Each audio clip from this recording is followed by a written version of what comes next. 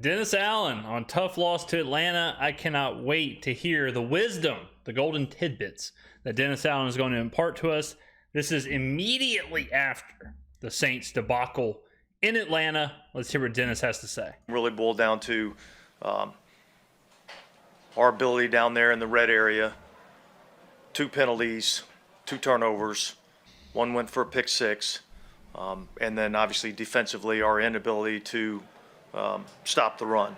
And that's really what the game, boiled down to. That's what the game was all about. So very interesting. You would think coming off of a bye week, you'd think you'd be able to, do anything offensively, score at all, maybe not rely on Blake Groupie. But you would also think that defensive wizard Dennis Allen would say, you know what? Atlanta wants to run. They are a run-first team. All they can do is run. Desmond Ridder is terrible. Let's let Desmond Ridder beat us.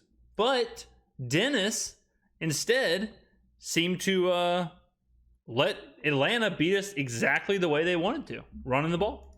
I'll take your questions. It seems like the red area's been an issue pretty consistently throughout the year. Is Yeah. there a commonality that you guys have detected after 11 games? Well, yeah. Yeah, I got a commonality. Maybe it's that Derek Carr has been terrible in the red zone his entire career. Maybe it's the fact that our play calling is absolutely terrible. Maybe it's the fact that the only way we have success in the red zone is to give the ball to Taysom Hill and tell him to run forward. And he is the ultimate Band-Aid because the red zone is problematic for us because Pete Carmichael is a horrible play caller, the worst play caller in the NFL statistically. Dennis Allen has absolutely no clue. He might as well turn his back to the field when the offense is out there. It's just pretty much as bad as it can be. Yeah, I think one of the things is, when you get down there and then all of a sudden you go from 1st and 10, a positive gain, and now it's 1st and 20, that puts you behind the sticks. It makes it more challenging. So I think that's one area that, has been a problem is the penalties, which it's 1st and 20. So I thought that was a big factor today because on a couple of those plays that I thought we were going to be in pretty. It's crazy. The question is, Dennis, we're 11 weeks in. We're 11 games in. Why can't you score in the red zone? And his answer as well was 1st and 20. Brother, I'm not talking about that one play. I'm talking about this was the 11th game of the season. How come for 11 games the red zone has been a problem? I'm not asking about the 1st and 20 situation. I'm asking about the entire season. Pretty good field position and pretty good down and distance situation. So I think great answer. Thanks, Dennis. A big factor. Dennis, at this point, do you feel like it can be fixed? Do you feel like the red zone issues can be fixed? Yeah, look, I thought. Whenever I was a reporter and I would ask someone a question like during an interview, I would always have like a notepad, you're writing notes the whole time. There were some times where you would ask a question and then you would go to write a note and they would say nothing of value. And you'd be sitting there with a blank notepad and you're thinking, oh, this ain't good. Like, I just asked a question. I have nothing on my notepad. Nick Underhill asked that question. I guarantee you, if he was taking notes, there's nothing on his notepad because there's nothing that Dennis Allen just said in that answer that's worth anything. He might as well, if I asked that question, I have my notepad, I could just drew anything. Just drew it. Did one of the things like kids do in school where they put their hand there to trace their hand and they make a turkey. That I wish I had a notepad right here because I would just trace my hand, make a turkey, show it to thanks, Dennis, for the notes. I'm going to go make my video with this. Appreciate it, Dennis, for giving me that fantastic answer. I feel bad for the people asking questions because they're asking questions covering this team and the head coach, the most losingest coach in NFL history, the worst head coach in NFL history for the longest period of time, Dennis Allen is giving them these kind of answers. I wish people would just start getting up and walking out of this press conference. I thought the red zone was improving. What? You thought the red zone was improving? Dennis, are you watching the games? What are you talking about? Are you talking about Scott Hansen in the NFL red zone? You talking about the channel? You talking about DirecTV? You talking about YouTube TV, son? You thought the red zone was improving? It wasn't good enough today. What? It wasn't good enough today. Dennis, you didn't score. You kicked 5 field goals. Yeah, the red zone wasn't good enough today. Big true. No doubt about it. Unbelievable. Can you imagine? I trying to relax here. I'm trying to get my blood pressure back down. Can you imagine kicking 5 field goals and then sitting here and you're like, yeah, man, the red zone was not good enough today. No doubt about it. 100%. The red zone can confirm was not good enough today. Oh, also can confirm it's been horrific the entire season, Dennis.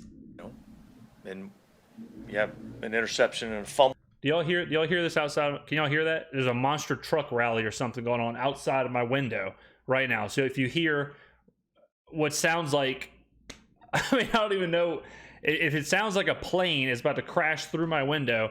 It's just the streets. It's just the city. That's what happens in New Orleans after a game like this, where the city is acting up right now because of Dennis, because of the red zone issues. I don't blame them. I don't blame you guys. I'm about to go out there. I'm about to have to get out there. I mean, it's a riot outside right now. I'm trying to do these videos. The city's in a riot. It's sad times. When you get down in there to a red area, that's a problem. And then when you get 2 penalties that put you in 1st and 20, that's a problem. I think they won the line of scrimmage. The question was why couldn't we stop the run? I'm gonna paraphrase some of these questions. I know the Saints for some reason don't mic up the people. They don't have a microphone or something. I guess all the Derek Carr money, the $150 million Derek Carr money, I guess the Saints had to cut the microphone budget, so none of the reporters have microphones. So I'm going to try and paraphrase the questions when I know they're low for you guys. But that question was, why couldn't we stop the run? Do you think that is a matchup issue or a scheme issue? Yeah, I think we just got to look at it. I mean, Holy Christ. Holy Christ. So the question was, is it a matchup issue or a scheme issue? We just got to look at it. Dennis, it just happened. Dennis, you should have been looking at it for 4 quarters, because I was looking at it for 4 quarters on my couch. You ruined my Thanksgiving weekend, Dennis. We got to look at it. Brother, did you not just look at it for 3.5 hours? You're an NFL head coach. You can't tell me right now if it was a matchup issue or a scheme issue or what the situation was. You're telling me, you're lying to my face, Dennis, that you have so lack of respect, such little, I can't even speak. What am I trying to say? Such little respect for me, Dennis? You have such little respect for me as a fan that you're going to lie to me and tell me that you got to look at it after you just saw that? You got to look at the tape? obviously, I felt like they did a good job of blocking us up front. And you know, we'll look at what we can do schematically, maybe to be better there. But yeah, the game's over. We're going to look at this to be better schematically. The game's over. It's finished. They're sweeping the aisles. They're sweeping popcorn out of the stairwell. Okay, the game's over. You got to get on the plane and go back to New Orleans. All right. What are you talking about? I mean, again, imagine this guy supposed to be defensive wizard, defensive mastermind, defensive whatever. He just got shoved around for 4 quarters, and his answer to why is that they did pretty good blocking. Unreal.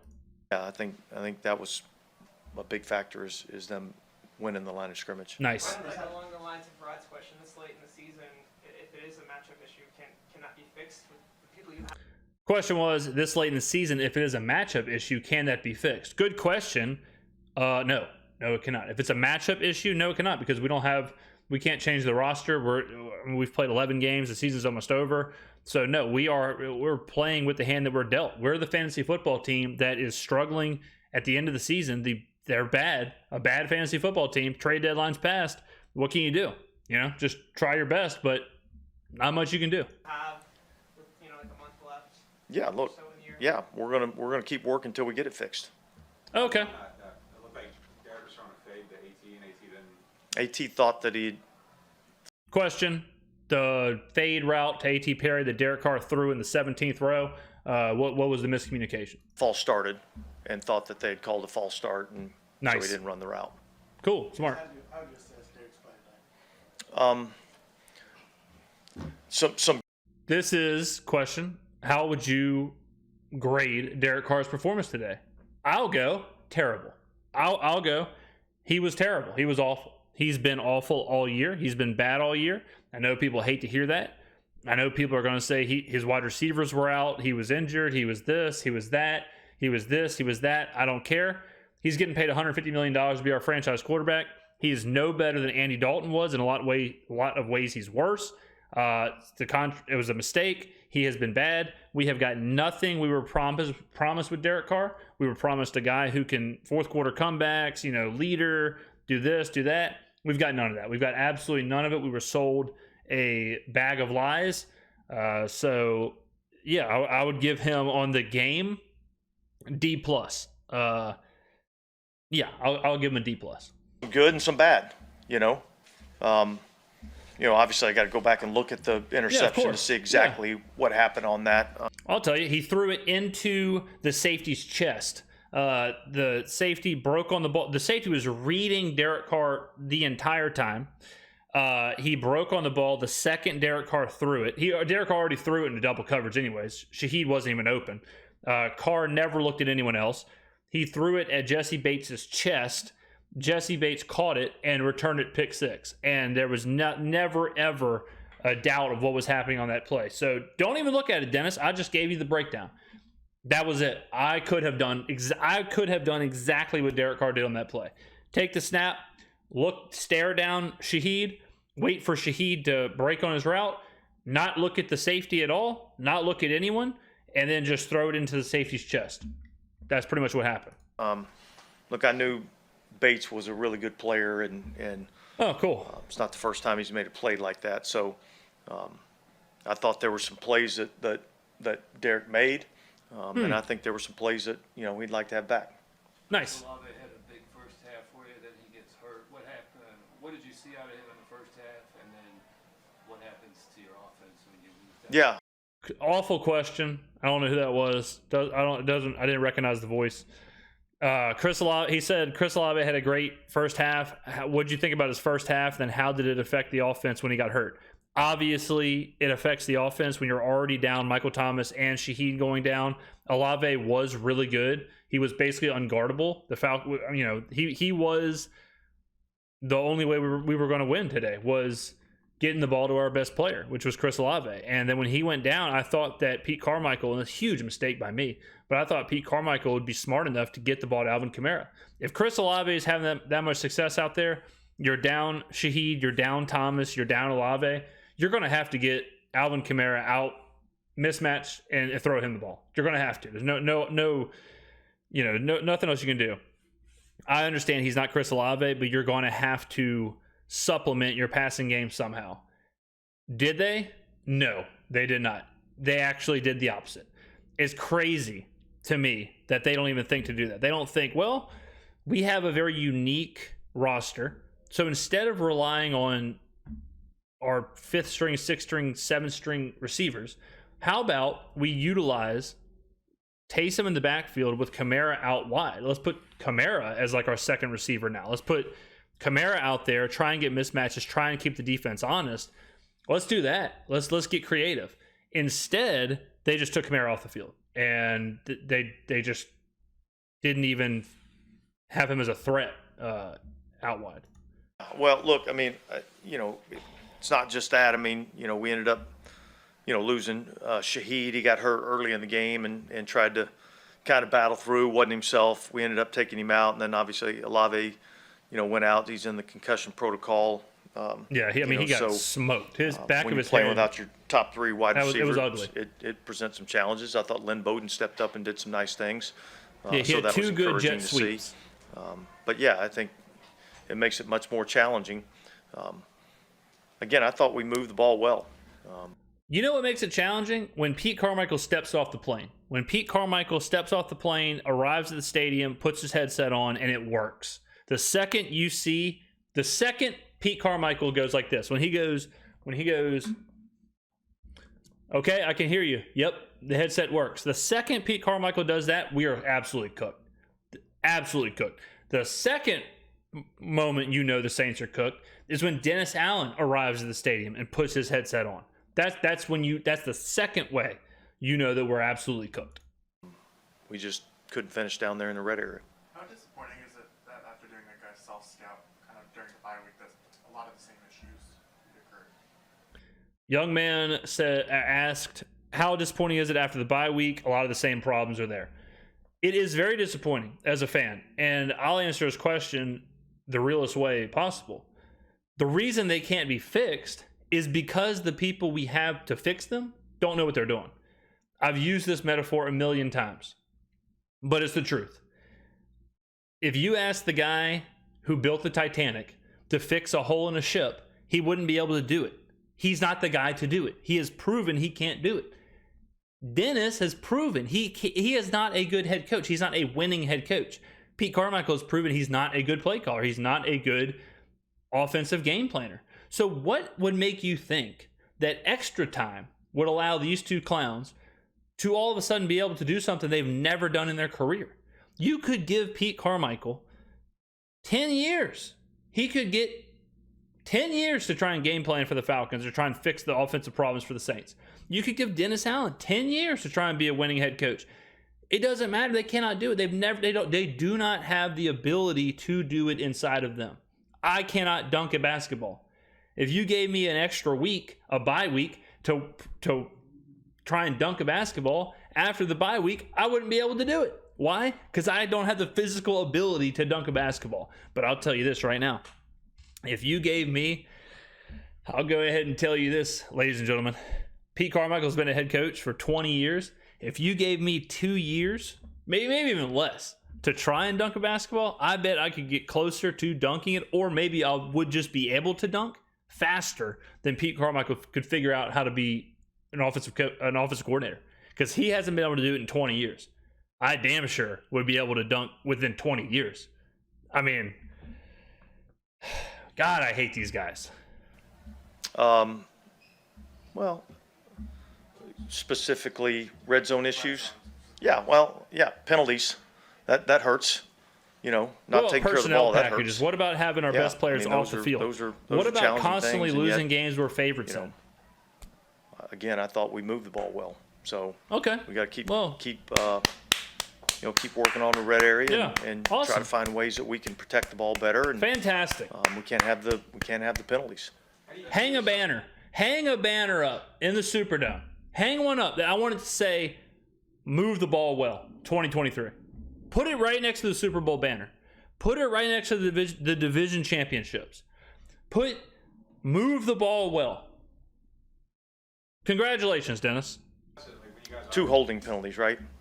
How do you assess it when you guys are moving the ball and it looks like there's yards, but there aren't points? Like, how do you weigh those two things? Like, how are you optimistic about like moving the ball but not score? Like, how do you? Well, yeah. I mean, I think that just really gets. I mean, if you're able to move the ball, that's obviously a positive, right? And so you feel like, well, we should be able to move the ball down there in the red area. And again, I felt like we did move the ball down there in the red area. But again, when it's going to be 2nd and 3 and all of a sudden you're looking at 1st and 20, it's a totally different ball game. So bad teams, look, bad teams and bad quarterbacks have trouble in the red zone because everything gets condensed, right? The defense gets condensed. The field gets condensed. There's a reason that teams move the ball better in the middle of the field. They move the ball better outside of the shadow of their own end zone, and they move the ball better away from the red zone. Every team does that. Every team moves the ball better in that middle of the field. All right? That's no surprise. Bad quarterbacks struggle in the red zone because there's less field. The defense has an advantage. It's no surprise that the Saints, a bad offense, can't score in the red zone. Moving the ball from the 25 to the 25 is irrelevant. It doesn't matter. Like, obviously, moving the ball is better in a vacuum versus not moving the ball. But if you're just able to move the ball from your 30 to the opposing 40, and you're really good doing that, who cares? If that's how you're racking up your yards, who cares?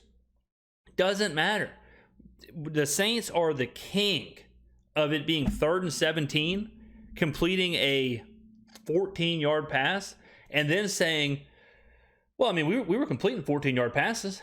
It's like, yeah, but those yards don't matter. It's 3rd and 17. Like, those are just garbage yards. Those are just empty yards. They're empty calories. Like it doesn't.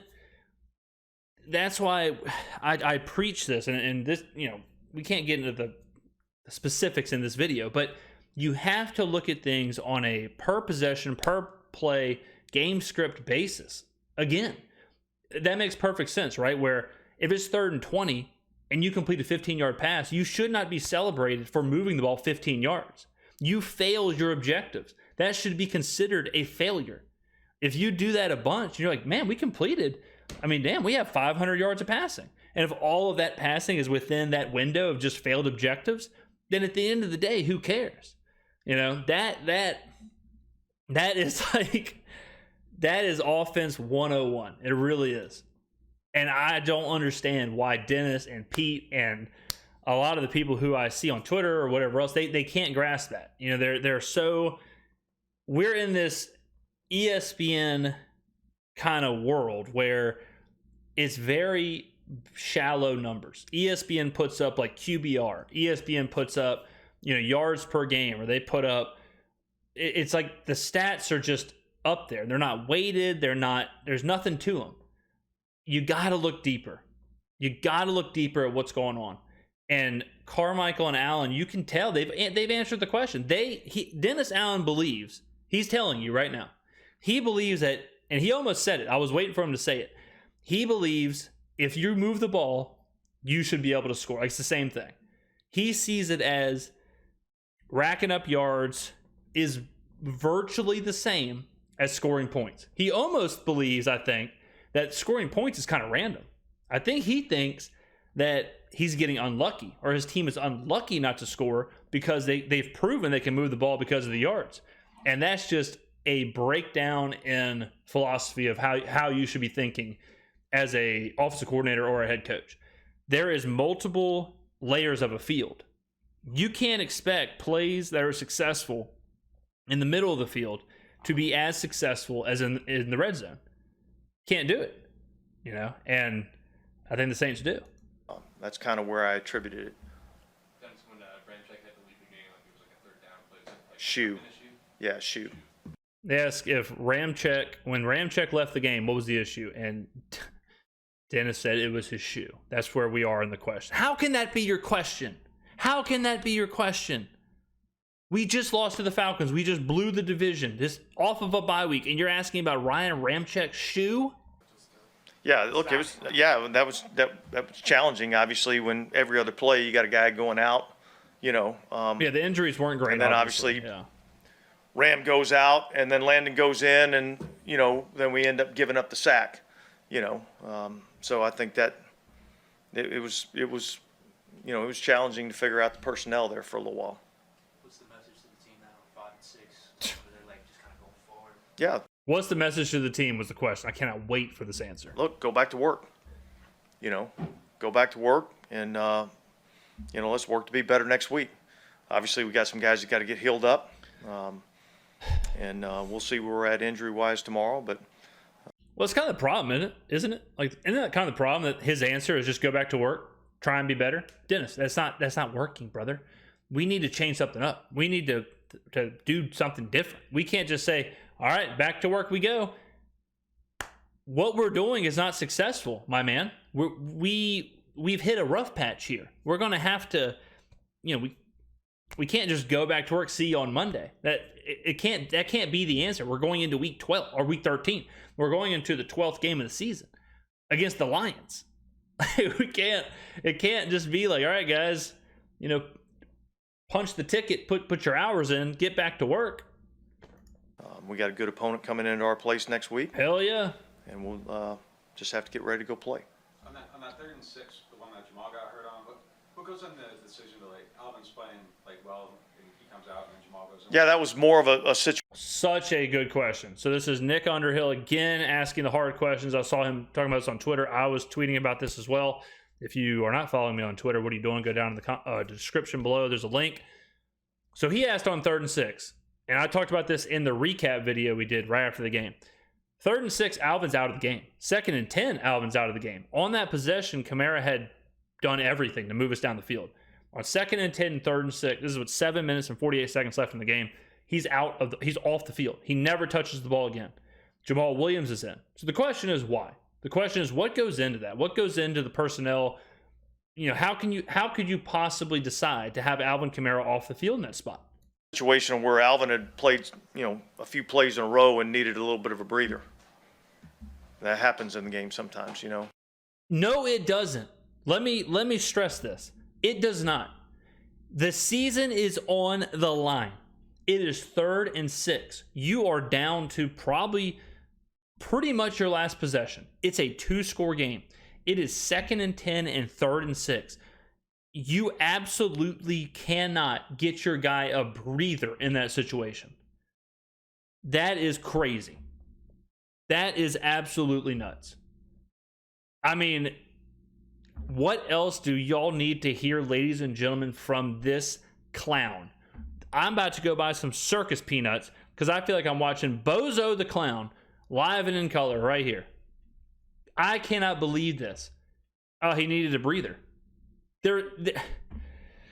I mean, you're down to the end. You're down to it. The division's on the line. Win this game, win the division. Go to the playoffs. He needed a breather. So With Rashid's injury, was that something was that early in the game? Was it in warm-ups? When did that start? it was early in the game. I don't know exactly, Such a bad that question. thing. I think it was on the first drive of the game. Is that a hamstring for him, or was Thigh. Quad. Yeah. Was that anything he was dealing with in the week leading up to the game? No. Earlier in the season, y'all talked a lot about the offense team to get on the same page. Do you feel like Derek and the receivers are on the same page at this point in the season? So she asked, do you feel like Derek and the receivers are on the same page? I think Dennis is going to say, well, there's been a lot of injuries, so we've had to get new players in new positions and all of that. I guarantee you he says that because this is his way of making an excuse for why the communication is still there. This is what I think he's going to do. I think he's going to say that, it's young players playing out of position or first time on the field and there's just growing pains and yada, yada, yada. This is setting up for a typical Dennis Allen cliche answer that gives you absolutely nothing. Yeah, I think there's a lot more instances where they are than they're not. It was challenging there. At the end of the game when you've got, again, your starting 3 receivers are out of the game. So there were some plays there at the end of the game that were challenging. Guys having to play in different spots and do some different things. Ladies and gentlemen, am I the best or what? Oh my God. Can you even believe it? Can you believe that this website's free? Can you believe YouTube's free? Can you believe that this content on my channel is free to the public and this genius that I'm spouting off here? I honestly am shocked. I'm not shocked because I do this every video. Just unbelievable. Unbelievable predicting what this clown said. I mean, God, I'm on another level. But yeah, I think they're more on the same page than where we were. I think there's still some things that we have to, improve on. So. When you mentioned the Alvin being in for a couple of plays and then needing a breather, is that something that y'all are managing, or is that something that the player comes to you and says? All right, he's asking follow-up question about the Alvin question, the answer about him needing a breather. He's basically asking, did Alvin ask for the breather, or are y'all telling him to take a breather? This is an interesting question because the reporter's basically saying what I said. Like, that's crazy. Like, who in the world? And Dennis has got to be thinking now, if there's any thoughts in that head, he's got to be thinking like, oh, damn, if I say Alvin asked for a breather, that's a horrible look for Alvin. Like, so Dennis, but now he's in a rock and a hard place because if he says the coaching staff made him, then it's a horrible look for the coaching staff to tell your best player in the most pivotal part of the game, take a breather. So he's kind of damned if he does, damned if he doesn't. So I'm interested to see what line he goes on here. Either way, either way, it's not a good situation. That's why I thought the answer was so ridiculous. Let's see here. Well, yeah, I mean, I think it's a little bit of both, right? I mean, it's pretty common in our league. Happens a lot. Yeah. Guy gets a few plays. Yeah, it happens all the time. Best player on the team, most pivotal part of the game, division on the line, rivalry game. Happens all the time where they want to come out of the game. Yeah, no doubt about it. 100% happens all the time. Very common in our league. You always see like a 2-minute drive, like in the Super Bowl, you know, you see like the best player on the offense just, you know, kind of get tired and have to go sit on the sideline and get a little sip of Gatorade. Happens all the time. Yeah, I mean, happens in the NBA. You know, 30 seconds left, a huge game. You always see, you know, LeBron James just go and take it to the locker room, get an early little massage. You know, it happens all the time. So yeah. Needs a little bit of a breather. Of course, hey, give me a play here. Yeah. And then you take him out and you put the next guy in. That's why you have 53-man roster. Yeah, you know? for sure. So, yeah. But yeah. Yeah, I mean, it's why you have a 53-man roster, even though at that point in the game, our 5 other starting offensive players were all injured. But yeah, I mean, you have a 53-man roster, so yeah, take your best player off the field in the most pivotal part of the game where they would be the most impactful. Yeah, just let them catch their breath. I mean, you know, what are you gonna do? Dennis let him catch a whole lot of breath because when he took Alvin out of the game, Alvin never touched the ball again. So I'll give Dennis this: he made sure that he's rested. I mean, no doubt about that. He made sure that when he said get a breather, he meant it. Look, obviously, you know, I felt like Alvin was playing exceptionally well in the game. Yeah, he was playing exceptionally well, so I decided to take him out in the most pivotal part. Yeah. Do you feel like the team maybe took a step back coming out of the bye from what you would have wanted to see out of them overall? The question is, did the team take a step back coming out of the bye? No, not really, because they were just as bad against Minnesota. So, no, this is pretty much the exact same team. But kind of like I said earlier, there is no growth or there's no advancement or there's no fixing the problems during the bye because of how bad the coaching staff is.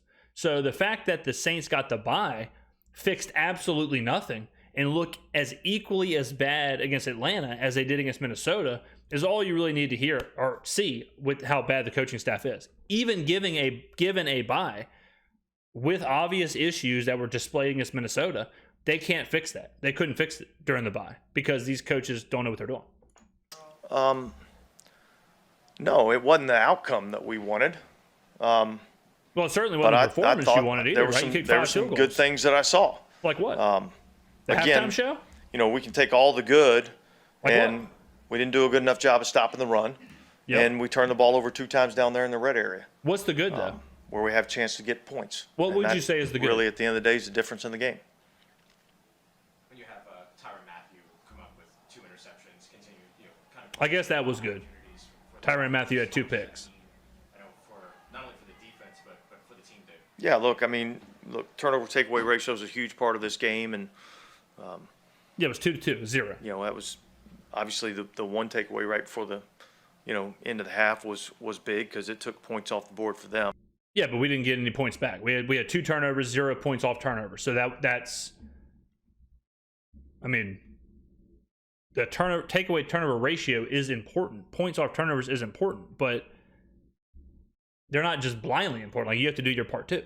And then certainly the second takeaway, gets our guys the ball back and an opportunity to drive down, potentially score some points. So Yeah, spoiler, we did not. yeah, I think taking the ball away is a big factor for us. Yeah, for sure. Final play before the third quarter, it looked like could have potentially just, with the clock run out, was the idea they were on their heels, like why run the play? Yeah, I mean, we wanted to run a play. I mean, what else you need to hear? He asked a coaching question about the clock at the end of the third quarter. Why didn't y'all let the clock? And Dennis basically shrugs his shoulders and like, we didn't even. This answer is we didn't even think about it. Is what he's saying. Like when he laughs and kind of pauses here. We wanted to run a play. That shows you there's absolutely no deep thinking. That I can promise you he didn't even know what play this guy was talking about. Which play this guy was referencing. Unbelievable. Let me know in the comments below, ladies and gentlemen, what you think about this. Shocking. I mean, I'm illuminating from Dennis there. Unbelievable. Thank you for watching. I will see you in the next video.